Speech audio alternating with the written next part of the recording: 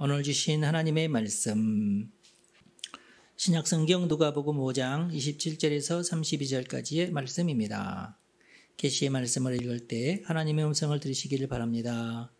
그 후에 예수께서 나가사 레위라 하는 세리가 세관에 앉아 있는 것을 보시고 나를 따르라 하시니 그가 모든 것을 버리고 일어나 따르니라. 레위가 예수를 위하여 자기 집에서 큰 잔치를 하니 세리와 다른 사람이 많이 함께 앉아 있는지라.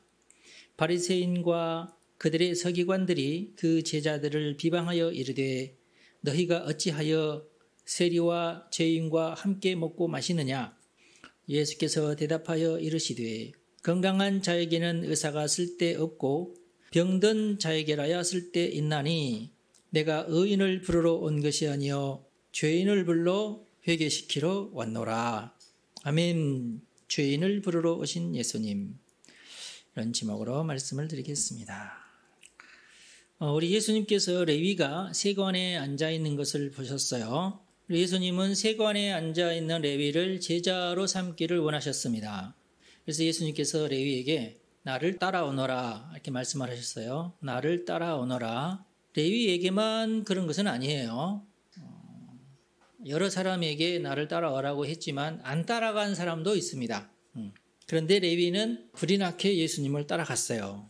이 레위는 후에 마태복음을 기록한 예수님의 12 제자 중 한 명이 되었습니다.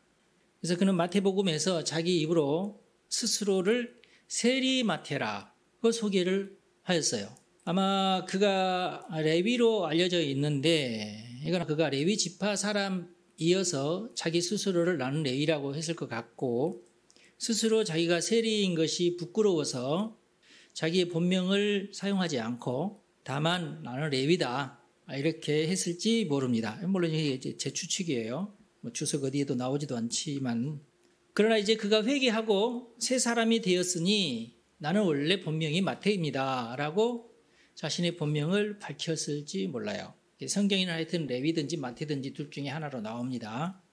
그리고 자신이 기록한 복음서에는 자신의 신분이 세리였다는 것을 밝히고 그 당시에도 세리가 그렇게 자랑스러운 직업은 아니었지만 자기 스스로를 세리라고 안 밝혀도 되는데 밝힌 것을 보니까 이 사람이 분명히 회개를 한 사람이구나. 나는 원래 세리였지만 그렇지만 나는 예수님의 제자가 되었습니다. 라고 분명한 신앙 고백을 하고 있어요. 물론 이제 추측이지만은 얼마든지 가능성이 있는 추측이죠. 당시에는 세리와 창녀를 동급으로 취급을 했어요. 우리가 짐작할 수 있는 것은 당시에 그가 똑똑했을 것이다. 세리 정도 하려면 똑똑해야죠. 지금도 우리나라에서 세무 관련 또 회계 관련인 사람은 수학에 밝고 셈에 밝고 그래야만 하는 거죠. 하여튼 그런 마태는 똑똑했고 문필가요. 마태복음까지 쓴 거 보니까 잘 썼잖아요. 굉장히 수준 있는 그 복음서거든요. 마태복음이. 문필가였구나. 심지어 셈까지 잘하는 자였으니까 인지죠. 근데 그런 그가 어떤 사정이었는지 하여튼 세리가 된 거예요. 당시에는 로마가 이스라엘까지 점령을 하고 있었고 총독뿐만 아니라 다른 나라는 총독만 보내는데 이스라엘만큼은 또 범붕왕까지 있어요. 왜냐하면 워낙에 이스라엘 사람들이 괴팍하니까 이 로마에서도 저 민족은 좀 이상해. 그러니까 저 민족을 잘 아는 왕을 세워서 다스리게 하자. 그렇게 된 겁니다. 그래서 범붕왕이라고 해서 로마가 임명하는 왕. 그리고 이제 군사령관을 총독으로 임명을 해서 인두세를 거두게 하고 군대를 파견하고 반역의 기운을 제압하고 있었지요. 세리는 어떻게 보면은 적국 로마 군인의 앞잡이 역할을 했어요. 로마 군인들은 그 지역 사정을 모르잖아요. 그러니까 누가 부자인지 누가 돈이 얼마인지 잘 모르니까 결국은 이제 현지 사람들을 고용을 해서 세리로 삼고 로마 군인이 하는 것이 세금 받는 일밖에 없잖아요. 그래서 이제 세리들이 어떻게 보면은 이제 저놈들은 적국의 앞잡이, 매국노다. 이제 이런 따가운 시선을 피할 수가 없었죠. 그래서 세리도 아마도 자기의 직업이 떳떳한 직업은 아니라는 것을 본인이 잘 알고 있었을 거예요. 당시에 이제 셈에 익숙한 사람들은 그러면은 다 세리가 돼야 되죠. 그래서 그건 아니고 셈에 익숙한 사람들은 보통 이제 부자들의 회계사로 채용이 되어서 성경에는 그들을 이제 청지기라 그렇게 표현을 해놓습니다. 청지기. 너는 청지기의 일을 맡아라. 그러면 청지기가 그 사람의 재산을 관리를 하면서 나쁜 청지기는 또 뒤로 돌리다가 주인한테 들켜가지고 쫓김을 당하는 내용이 성경에도 나오잖아요. 그러니까 셈에 밝은 사람들은 그렇게 부자들의 청지기 노릇을 하면서 이제 직업을 삼았었는데 그렇게 되면 이제 출세한 것이죠. 그런데 하여튼 마태는 무슨 사정이 있었겠죠. 하여튼 부끄러운 세리가 되었어요.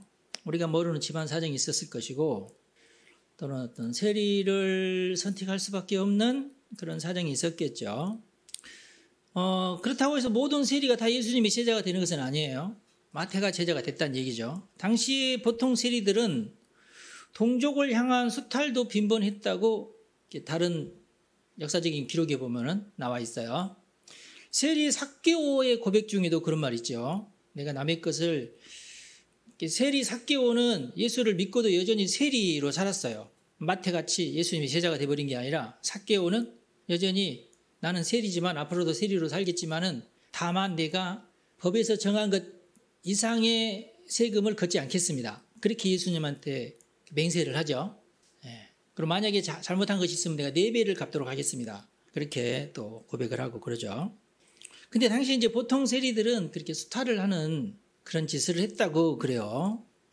동료 직업인이 비리를 저지르면 마태 자신도 자기가 비리를 저지르진 않았을지라도 부끄러워지는 게 사실이지 않습니까? 이 세리들도 자기들을 이제 무시하고 매국노처럼 취급하니까 기분 나쁘죠. 기분 나쁘니까 더 괴롭히겠죠. 그런 악순환이 또 이루어질 수 있어요. 예수님은 그런 마태의 심정을 잘 이해하고 계셨을 것이라고 봅니다. 그리고 예수님은 마태도 구원하기를 원하셨어요. 그가 비록 바람직하다고 여겨지는 그런 상태는 아닐지라도 구원의 대상인 것만은 확실하죠. 얼마든지 회개하고 새 삶을 살 수도 있으니까 그럴 가능성이 얼마든지 누구에게든지 다 있죠. 그래서 예수님께서 성경 본문에는 아주 짧게 남아있지만은 그 말만 했겠어요. 여러 가지 말씀을 하시는 가운데에 그러면 너는 나를 따라와라. 그렇게 얘기를 했겠죠. 전도하셨겠지, 물론. 그래서 마태는 예수님의 권고에 순순히 순종을 했습니다. 그게 마태의 장점입니다. 근데 오늘 본문 말씀에 보면 그가 모든 것을 버리고 예수님을 따랐다고 기록하고 있어요. 여기서 모든 것은 비단 자신의 관직만은 아닐 것이라는 추측을 우리가 할 수 있게 하죠. 뭘 버렸을까요? 마태의 윗사람이나 또는 로마의 행정관이 따지고 들었을 가능성이 있지요. 야, 너 갑자기 그만두면 어떡해? 그러면서 이건 계약 위반이야. 너 이번 달에 나한테 얼마 줘야 되는데 줄 거 있잖아. 이런 거. 그렇지만은 나도 받아야 주는 건데 그리고 그 인수인계 과정에서 상당히 손해를 보겠죠. 갑작스럽게 그만두는 거니까. 그래서 이 업무 차질에 관한 배상을 요구했을지 모릅니다. 또는 회계장부상의 수불 관계는 또 복잡해지죠. 나는 좀 밀렸지만 몇 달 후에 주겠다. 나는 지금 여행 중이니까 어떻게 하겠다. 그런 내용들이 마태만 아는 내용들이 많이 있었을 거 아니겠어요? 그럴 경우에는 내가 좀 몇 달만 더 있으면 내가 더 큰 돈을 받을 수 있는데 그래서 그 중에서 얼마를 내가 행정관한테 바치고 이런 관계가 있었을 거 아니에요. 근데 그 모든 것들을 다 포기하고 예수님을 따르게 되었다. 이렇게 우리가 추측을 할 수 있는 문구가 되겠습니다. 왜 마태는 커다란 손해를 감수하면서 예수님을 따랐을까요? 그것은 예수님을 따르게 될 때 얻게 되는 유익이 자신이 감당해야 하는 손해보다 크다는 것을 깨달았기 때문에 그렇습니다. 이런 면을 볼 때에 우리는 마태에게 좀 순전한 면이 있구나. 그런 것을 짐작하게 하죠. 그 나름대로의 가치 판단이 있었겠죠. 어떤 사람은 예수님이 나를 따르라고 권면을 했을 때에 자기가 손해날 것을 생각하면서 아직은 아닙니다. 또는 나는 가서 정리하고 오겠습니다. 그런 경우도 많이 있다는 것을 성경에는 또 증언하고 있지 않습니까? 그러니까 마태만큼 그런 손해를 감수하고 예수님을 따르겠습니다 라고 결정하는 사람이 많지는 않은 거죠. 그러니까. 하여튼 마태의 장점은 순순히 즉시 예수님을 따라갔다는 것입니다. 이게 마태의 장점이에요. 세속적인 가치로 볼 때는 분명히 지금도 그렇지만은 예수님을 섬기고 교회 생활하는 것이 손해인 것은 분명해요. 세속적인 가치는 그렇습니다. 많은 사람들이 왜 교회 안 다닙니까? 손해 날 것이다 생각해서 교회 안 나오는 거죠. 첫 번째 손해는 뭡니까? 헌금해야 된다며? 왜 내 피 같은 돈을 왜? 이렇게 되는 거예요. 나라에서 떼가는 세금도 어마어마한데 왜 교회까지 이럴 수 있어요? 예나 지금이나 똑같은 거죠. 지금도 하여튼 우리가 예수님을 따르며 교회 생활을 하는 것이 분명히 세속적인 가치로 볼 때는 손해인 것이 틀림이 없습니다. 그러나 마태가 왜 예수님을 따랐을까요? 마태는 분명하게 깨닫고 있었을 거예요. 예수님의 제자가 되는 것이 훨씬 의미 있는 일이라는 것, 훨씬 선한 일이라는 것, 마땅한 일이라는 것, 복된 일이라는 것, 구원받는 가장 확실한 길이라는 것을 마태는 알고 있었어요. 그러니까 모든 것을 감내하고 예수님을 따랐던 것입니다. 아무런 손해도 없는데 예수님 따르고 그런 것도 아니에요. 그러나 자기가 보게 될 손해보다도 자기가 더 귀하다고 생각하는 가치가 있었기 때문에 예수님을 따른 겁니다. 요즘도 마찬가지예요. 왜 우리가 교회 생활을 하는 겁니까? 훨씬 그렇지 않는 것보다도 더 좋은 가치가 있다는 것을 깨닫기 때문에 따르는 겁니다. 제 자신도 그래요. 여전히. 다만 이제 그가 세리의 신분이고 부끄러운 입장이기 때문에 선뜻 자기 스스로 나설 수는 없었을 것이다. 그런 그에게 예수님이 손을 내미니까 마태로서는 이게 좀 감격스러운 일이 되는 거죠. 죄인을 불러 깨끗하게 하시는 예수님. 우리 예수님은 예나 지금이나 회개하는 죄인을 허물하지는 않으시는 분이시다. 그 허물을 나중이라도 거론하시는 분이 아니세요. 너 옛날에 그랬지. 그걸 가지고 농담을 삼거나 그러시는 분이 아니십니다. 우리 예수 믿는 사람은 이 점을 분명히 해야 돼요. 누구든지 예수 믿고 회개하고 교회 생활을 하는데 김 집사 옛날에 이러이러했대. 그런 말을 하나님도 안 하십니다. 근데 교인들끼리 해서는 되겠어요, 안 되겠어요? 안 됩니다. 이거. 그래서는 안 돼요. 근데 만약에 그가 한 10년 예수 믿다가 다시금 옛날로 돌아갔다. 옛날 죄인의 모습으로 돌아갔다. 야, 이거 참 골치 아픈 일이죠. 그렇다고 해서 하나님께서 그를 또 죄인으로 낙인을 찍으시고 그러시느냐? 그러진 않아요. 하나님은 안타깝게 여기시고 그가 회개하고 다시 돌아오기를 기다리고 계시겠죠. 모든 교인들도 그래야 됩니다. 그가 다시금 회개하고 돌아오기를 위해서 기도해야 돼요. 근데 이런 사람들은 우리가 조심해야 됩니다. 예수를 믿었더니 교회를 다녔더니 별거 없더라. 그래서 나는 다시금 옛날로 돌아간다. 회개하지 않는 모습, 건방진 모습, 이런 것은 우리가 경계를 해야 돼요. 그 사람이 오히려 막 교회 들어와가지고 돌아다니면서 나는 교회 요즘 안 나오지만은 하면서 다른 교인들을 막 이렇게 도발을 한다든지 그런 것은 용납을 또 해서는 안 되겠죠. 그렇지만 하나님의 심정은 뭐예요?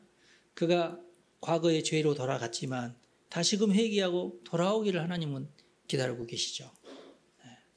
이 사실을 우리가 절대 잊지 말아야 됩니다. 그런 측면에서 죄가 밉지 사람이 밉지는 않다. 근데 이것을 형법과 적용해서는 또 안 돼요. 형법적으로 그 말을 이해해서는 안 돼요. 하여튼 회개한 죄인의 뒤에서 수군거리는 것은 기독교인이 할 일은 아니다. 이것은 확실합니다. 또는 그가 악나라에서 이단처럼 하나님의 무한한 사랑을 역이용해서 죄를 범하고 회개하는 것을 습관처럼 하고 그런다면 그 사람은 분명하게 성령을 모독하는 그런 짓을 하는 거죠. 그런 사람들은 위험하죠. 영영 사함을 받지 못하게 될지도 몰라요. 사람이 왜 다시 죄인으로 다시 돌아갈까요? 그것은 죄에 대해서 분명하게 깨닫지 못해서 그렇습니다. 그 죄가 얼마나 나에게 해가 되는지를 잘 이해하지 못해서 그래요. 잘 경험하지 못해서 그래요.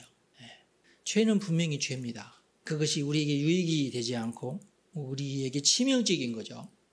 그리고 더 나쁜 거 뭡니까? 마귀가 그 죄 때문에 그 사람을 노력을 한다는 거예요. 참 안타깝죠? 마태는 자신의 부끄러움을 벗어버리고 싶었어요. 후회 없는 인생이 세상에 어디 있겠어요.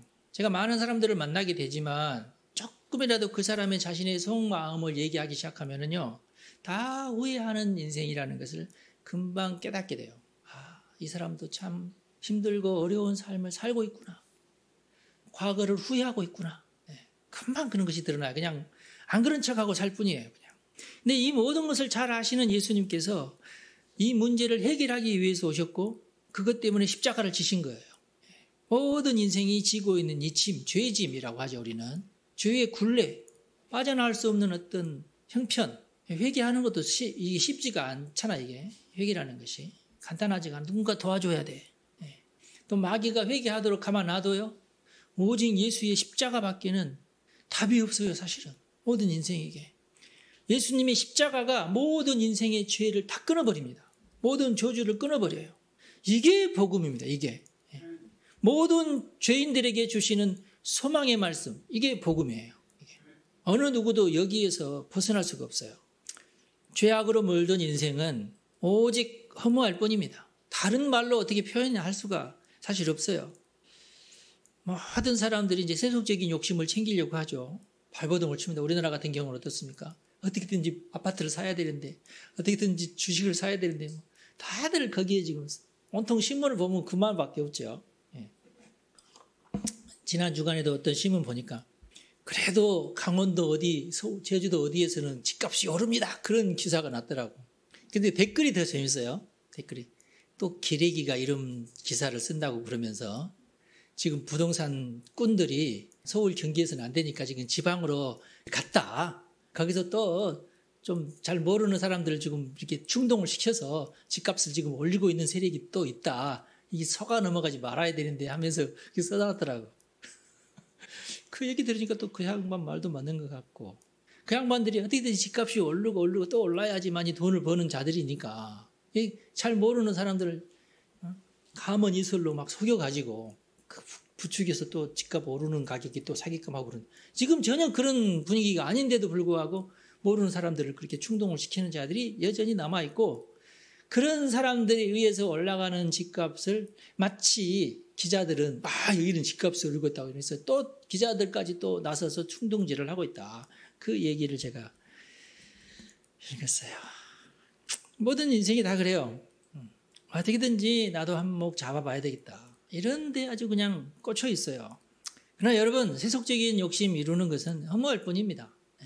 자신이 가진 노력을 다해서 그걸 이뤘다고 해서 끝나는 게 아니죠. 그것 때문에 얼마나 또 고통스러워요. 난 잘 몰랐는데 1년 전부터 박수홍이 형님과의 관계, 부모님과의 관계 때문에 막 고통당한다는 얘기를 들어서 댓글 보니까 다 나오더라고요. 요즘에는 댓글이 가관이야 하여튼. 아유 참 불쌍하다. 어떤 사람은 박수홍이를 저격하는 사람도 있고 멍청하고 미련해가지고 형한테 속고 부모님한테 속고 그렇다는 얘기도 막 하고 그래. 참 인생이 그래요. 지금은 돌아가셨지만 오래전에 우리 교회 다니시던 분이 계셨는데 제가 이름 얘기하면 다 아실 거예요.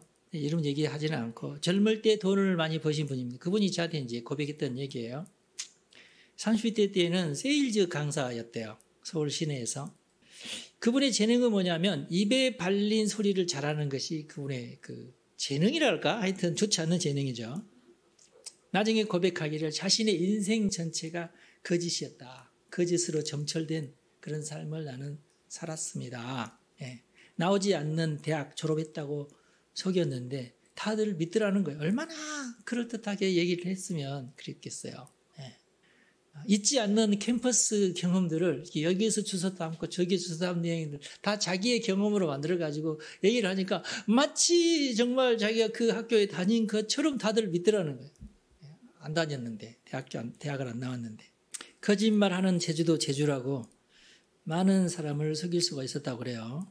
이분이 뭐냐면 방판 업체를 운영한 사람이었는데 오늘은 이렇게 이 상품은 이러이러하다고 이렇게 얘기를 하시라. 그러면 살 거다. 근데 그걸 연구를 해서 하는 사람인데 많은 한 100명 정도 모였는데 이제 한 시간 정도 강의를 하나 봐요. 그렇게 해서 다들 이제 손에 바리바리 가지고 가서 팔아라. 이게 방문 판매. 요즘에도 방문 판매 하나요? 방판 있나요, 요즘에? 거의 없죠. 여전히 그런 업체가 있긴 있나요? 요즘에는 그런 거 안 하고 이제 효도 한다고 이제 할머니 할아버지들 이제 모셔다 놓고 옆에다가 커다란 300만 원짜리 이제 안마 의자 같은 거 갖다 놓고 뭐 선물 주고 회비 10,000원씩 하루에 10,000원씩 받고 10,000원보다도 더 비싼 제품들 갖다가 막 주면서 이거 10,000원이라고 이게 10,000원이냐고 그럼 다들 사가고 그러면 그러니까 한두 시간 거기서 재미나게 노래하면서 놀고 유머러스한 얘기 듣고 막 그러면서 깔깔거리다가 가고 내일 또 오세요. 내일 또 10,000원 가지고 가면은 또 이제 10,000원, 15,000원짜리 막 상품 싸다 놓고 막 팔고 그런데 맨 마지막에 뭐예요? 추석 바로 전주간에 이게 지금 300만 원인데 뭐 기가 막히다 하면서 또 얘기하면은 적금 깨고 뭐 이렇게 저렇게 해서 300만 원 주고 다 거의 대부분 산대요. 그리고 잠적을 하는 요즘 그런 수법이에요. 그러니까 여러분 조심하세요. 그런 일에 종사했던 분도 우리 교회에 나오셨던 분이 계셔. 이렇게 많아 하여튼. 근데 그분이 이제 방판이 잘 됐을 때 매일 저녁 돈가방을 들고 퇴근을 했대요. 몇 년을 매일 저녁. 여러분 물론 이 말도 거짓말일지 몰라. 워낙 거짓말하는 사람이다. 매일 저녁 10,000원 가방이다. 10,000원짜리 가득 넣고 퇴근을 했대요. 매일 저녁 퇴근을 했는데 집으로 가지 않았답니다. 이분은 매일 저녁 어디로 갔냐? 빠찡코 하는 데 갔대요. 요즘도 빠찡코 하는 데가 있나요? 호텔에 있죠. 호텔에. 하여튼 가서 새벽 3시 뭐 4시 이럴 때까지 계속 빠찡코를 돌리고 자기가 가져갔던 가방을 다 털리고 한 장도 남아있지 않을 때까지 빠찡코를 돌리다 집에 돌아갔대요. 그렇게 몇 년을 살았대요. 그렇게.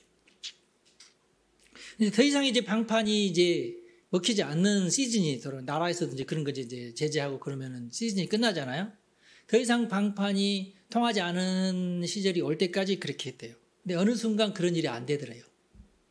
그래서 망하게 되었습니다. 그러더라고. 근데 그때 그 번 돈을 그대로 계속 저축했으면은 그분 뭐 좋았겠죠.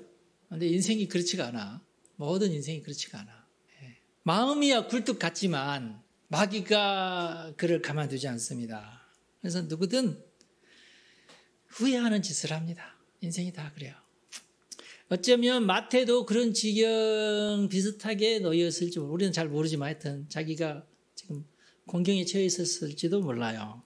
삭개오도 그랬고 수가성의 여인도 그랬고 뭐 처지는 다 다를지라도 모든 인생은 다 막바지를 경험하게 됩니다.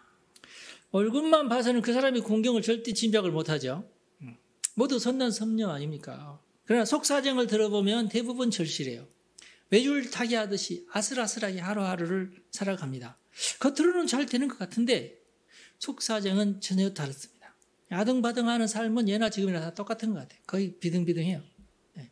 이제 카페에 찾아오는 사람 중에 거의 대부분은 뭐 왔다 차 마시고 가지만은 또 몇 분들은 와서 이제 이런저런 얘기를 하다 보면 또 친해져가지고 자기의 속 얘기를 또 아는 사람들도 있어요.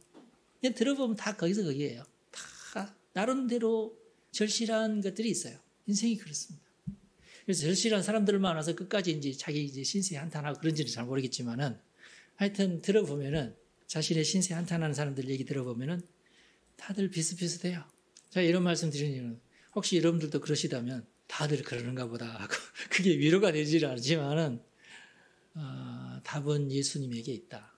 모두 크고 작은 죄에 연결되어 있고 그리고 집안의 저주가 짐짝처럼 자기에게 짐이 되어 있고 그래서 그런 모든 자에게 오늘 또 우리 예수님께서는 말씀하십니다. 다 내게로 와라. 수고하고 무거운 짐진 자들아 다 내게로 오라.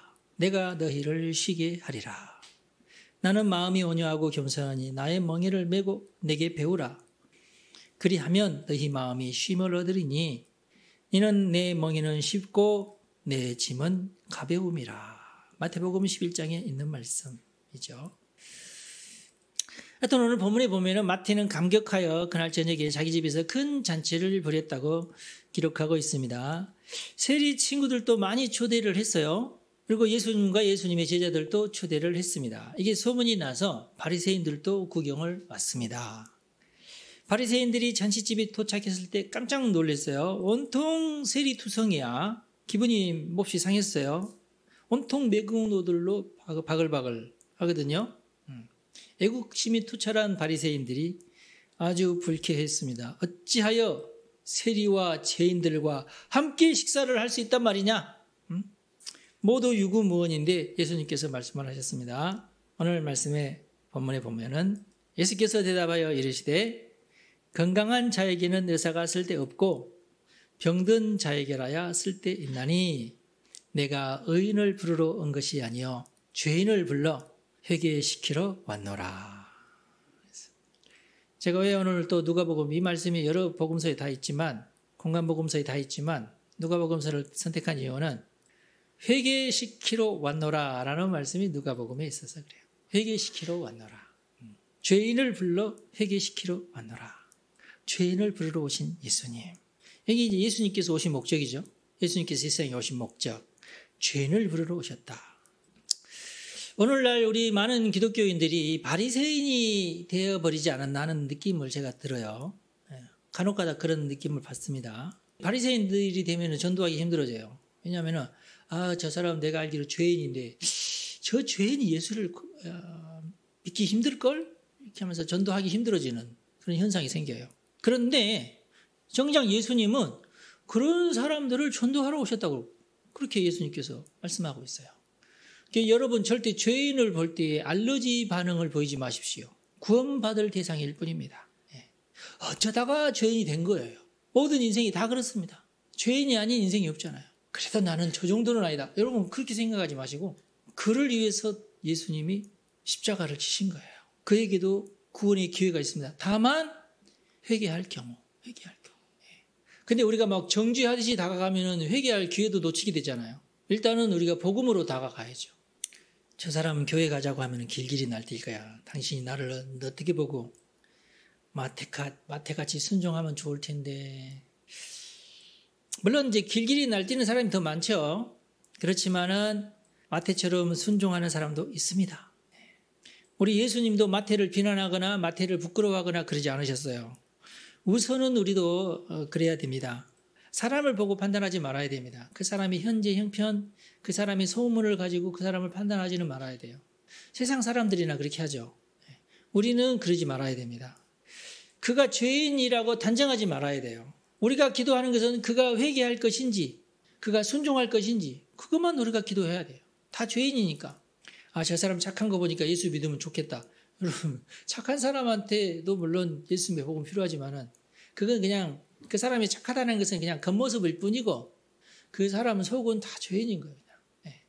이 세상에는 얼마든지 회개하고 순종하는 사람이 많다는 것을 우리가 믿어야 됩니다. 구원받아야 될 사람들이 많아요. 물론 모두는 아니겠죠. 그렇지만은 회개하고 예수님 믿을 가능성이 큰 사람들이 많습니다. 우리는 다만 이제 율법적으로 그 사람을 바리새인 같이 비판적으로 다가서지는 말아야 된다.